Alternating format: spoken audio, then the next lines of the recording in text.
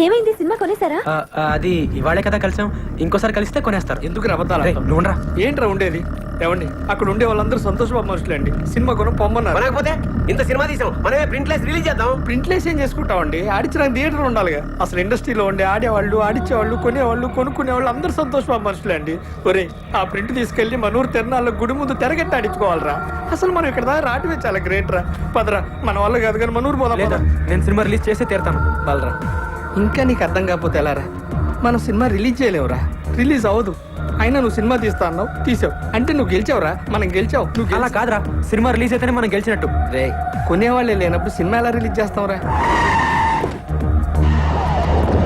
బాబు, బలరాం బాబు, నమస్తే. నైజాం డిస్ట్రిబ్యూటర్ ని. మన సినిమాలో సంతోష్ బాబేనా హీరో? అవును.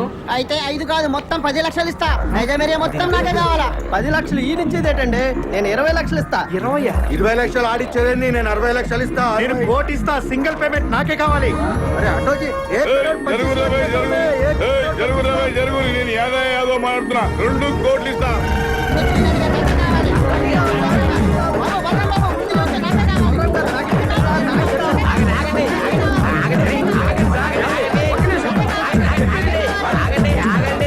2 కోట్లు ఇస్తామన్నది ఎవరండి? నేనే చెప్పినా. మీరు ఉండండి, మిగతా వాళ్ళందరూ వెళ్ళి ఆగండి ఆగండి. మీలో సంతోష్ బాబు అనుక్షణం సినిమా కొని లాస్ అయిన నైజాం డిస్ట్రిబ్యూటర్ ఎవరండి? ఆ దౌర్భాగ్యం నేనే బాబు. నేను మీకే ఇస్తానండి. 2 కోట్లు ఇవ్వలేను బాబు, చాలా లాస్ లో ఉన్నాను. 10 లక్షలే ఇవ్వగలను. లేదండి, మీరు 5 లక్షలు ఇస్తే చాలు. బాబు ఏంది 5 లక్షలకి ఇస్తావు? వీడు మెంటల్ గారు కాదు కదా. మెంటల్ గానే వీడు బాగుపడి ఇంకోటి బాగుపడినవాడు. ఓ ఎమ్మనే, నీ ముంగడ సాక్షాత్ 2 కోట్లు ఇస్తా అంటే నువ్వు 5 లక్షలకి ఇస్తా అంటున్నావు. లక్ష్యం తల్లి గల్లు గల్లు నడుచుకుంటూ వస్తుంటే నువ్వు కాళ్ళతోడు దంతున్నావు. ఇన్ని దినాలు నువ్వు పైసకు పువ్వకు ఇల్లు తిరిగి బిచ్చమెత్తుకున్నావు. నీకు ఇంకా సిగ్గు రాలే? ఓయమ్మ, నువ్వు ఆగమైపోతావు. ఇట్లయితే అన్యాయం అయిపోతావు. వీళ్ళందరూ ఆకలి ఎవరు నమ్ముకోకుండ్రి. అనుక్షణం సీరియడ్ కొన్న డిస్ట్రిబ్యూటర్ ఎవరండి? నేనే బాబు. ఎంత కొన్నారండి? 3 కోట్లు బాబు. మీకు 3 లక్షలకే ఇస్తానండి. వైజాగ్ ఎవరు కొన్నారు? నేనే కొన్నాను. ఎంత కొన్నారండి? ₹1,00,00,000. మీకు ₹1,00,000కే ఇస్తానండి. పిపి పునరావ్ హియర్.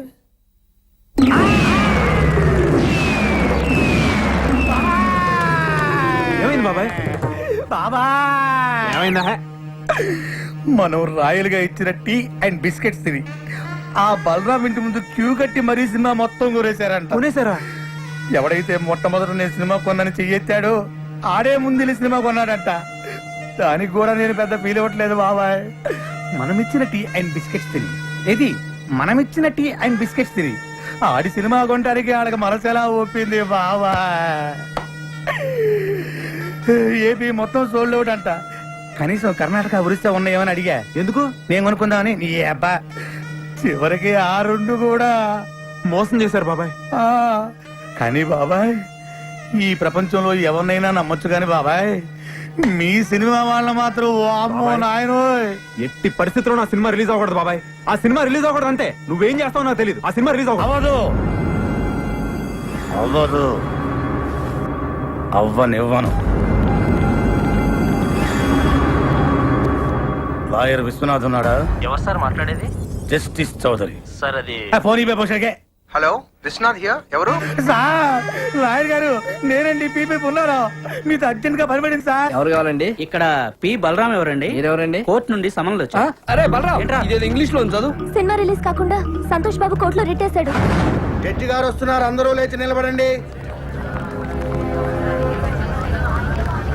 నమస్కారం సార్. Yes, proceed.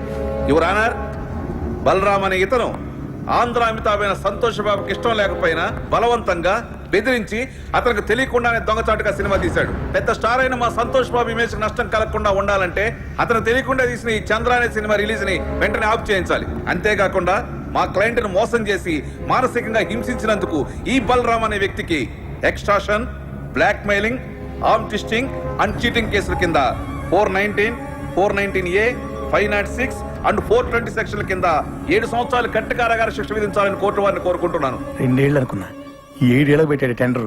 లాయర్ విశ్వనాథమా మజాక? మీ తరఫున వాదించడానికి లాయర్ ఎవరైనా ఉన్నారా? లేరు సార్. మీరు అనుమతిస్తే నేనే వాదించుకుంటాను సార్. You can proceed.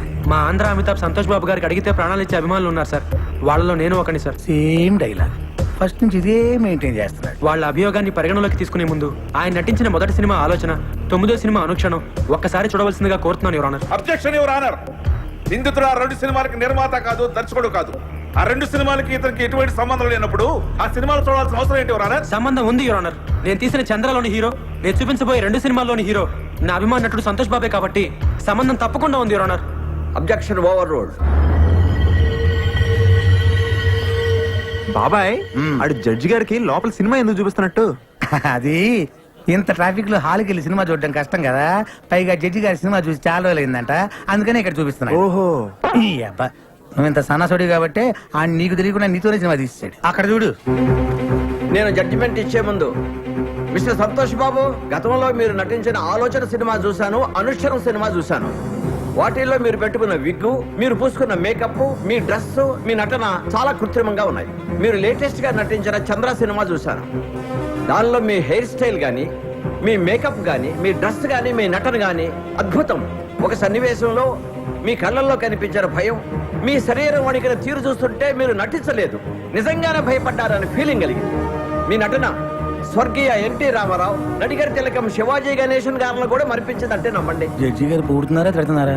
ఇంతటి అద్భుతమైన నటన నభూతో నభవిష్యతి. అంతటి నటన ఒక్క మనసుతోనే కాదు, ఆత్మను కూడా మిళితం చేస్తేనే వస్తుంది. ఇంతటి అద్భుతమైన నటన ఒక వ్యక్తిని బెదిరించో, భయపెట్టో, బలవంతం చేసో చేయించారంటే నమ్మశక్యంగా లేదు. కాబట్టి మీరు బలరాంపై మోపిన ఈ అభియోగాన్ని కోర్టు కొట్టివేస్తున్నది.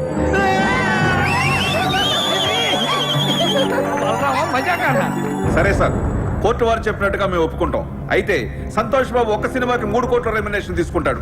ఆయన అనుక్షణం సినిమాకు తీసుకున్న 3 కోట్ల తాలూకా అగ్రిమెంట్లు, income tax returns, TDS certificates. Chandra అనే సినిమాలో సంతోష్ బాబు నటించాడని కోర్టు వారే చెప్పారు.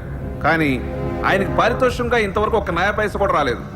న్యాయంగా ఆయనకు రావాల్సిన 3 కోట్ల రెమ్యునరేషన్ కోర్టు వారిని ఇప్పించమని కోరుకుంటున్నాను. అది బాబాయ్ కొట్టాడు దెబ్బ, ఇంకా సినిమా రిలీజ్ అవ్వదు.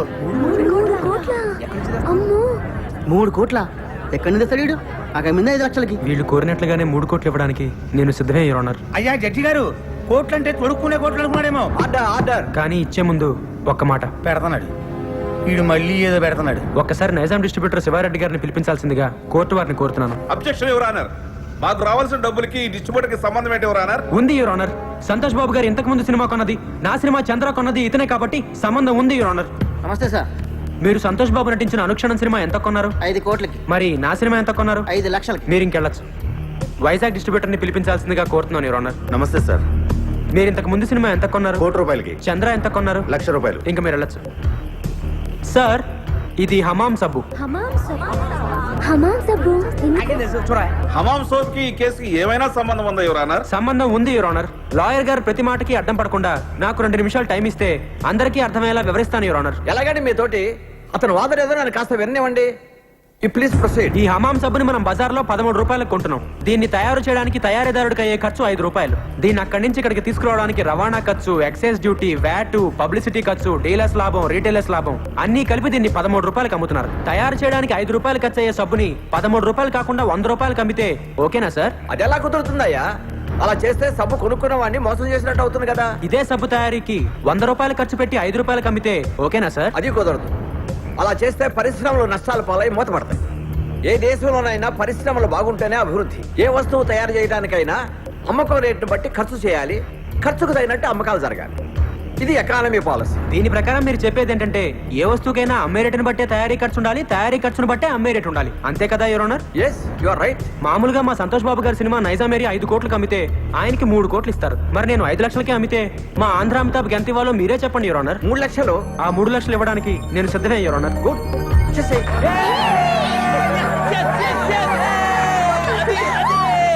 అదిగో జడ్జిగా చెప్పారు, ఇదిగో 3 lakhs. నీ బోర్డు డబ్బులు ఎవడ కావాలి? అరే తీసుకోరా బాబు, లక్ష్మీదేవిని వద్దనకూడదు. కనీసం కోర్టు ఖర్చులకైనా వచ్చేస్తుంటది. నా వల్లే నా అభిమానుడు కోర్టుకు రావాల్సి వచ్చింది యువర్ ఆనర్. అందుకని ఆయన కోర్టు ఖర్చులు కూడా నేనే భరిస్తాను. ఆయన చల్లగా ఉండాలి యువర్ ఆనర్. బాగా చెప్పారు బలరాం. ఇక్కడ సంతకం పెట్టి డబ్బులు తీసుకోండి.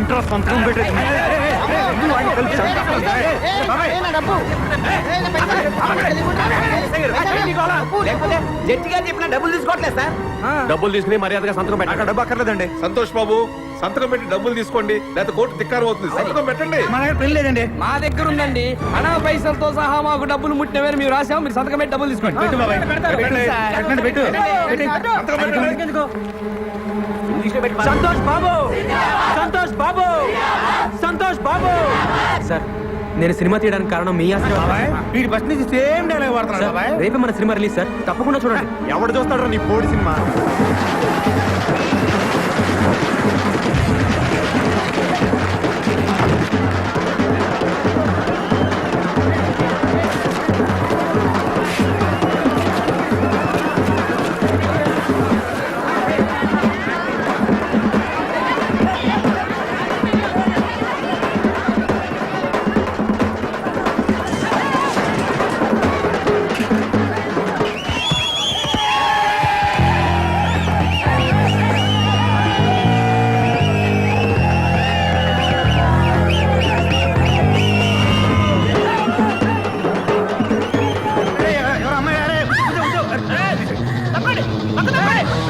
ఎవరు? ప్రేమన్నారు పెళ్ళన్నారు పుట్టబోయే బిడ్డకి పేరు కూడా పెట్టారు కదండి.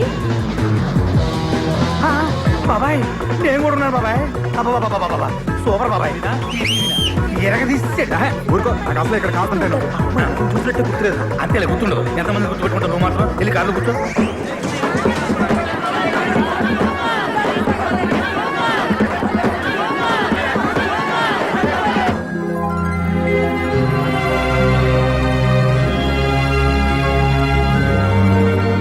ఈ 6 గాజుల్ని 12 గాజులుగా తెమ్మన్నా. నేను 120 గాజులు తెచ్చానమ్మా. గాజులు ఎవరికి కావాలరా గాజులు? నా బిడ్డ సాధించాడు. సినిమా అదిరిపోయిందా?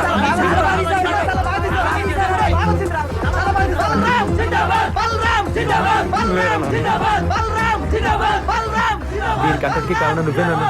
మీ ఆశీర్వాదం లేకపోతే నేను సాధించేవాడినే కాదు. అమ్మా నువ్వు ఇంక రిక్షా పక్కదనన్నా, నేను తొక్కుతాను రామ్మా.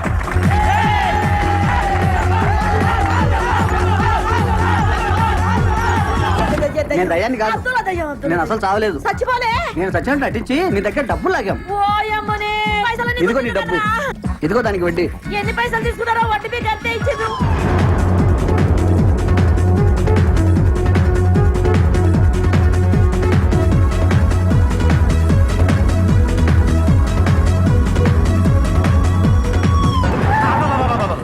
వీడు మళ్ళీ వచ్చాడు. నమస్తే సార్. వీడు మళ్ళీ వచ్చాడు. సార్, మీ ఆశీర్వాదం నాకు కావాలి సార్.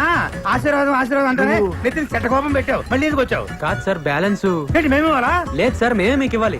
మొన్న 3 లక్షలు ఇచ్చాం కదా, అవును. మిగతా బ్యాలెన్స్ మీ కష్టం మాకెందుకు సార్? అరే ఎంతో 2,97,00,000. బాబాయ్ ఈడు మామూలుడు కాదు. మళ్ళీ ఏదో ప్లాన్ తో వచ్చుంటాడు. ఏంటో చెప్పు. ఈసారి డేట్లు ఇస్తే సినిమా తీద్దామని. ఈడియా నాయా? మళ్ళీ డేట్లా? అంత ఆశ్చర్యం ఎందుకు బాబాయ్? నువ్వు ఇచ్చినా తెస్తాడు, ఈ పోయినా తెస్తాడు. ఇస్తేనే గౌరవం ఉంటుంది. Thank you too much. వద్దులేండి, ఈసారి మెగాస్టార్ తో ప్లాన్ చేస్తున్నాం. మహి, మెగాస్టార్ మార్నింగ్ వాక్ ఎన్నింటికి వస్తాడో కనుక్కో. అలాగే గ్యారెంటీ కొడతాడు.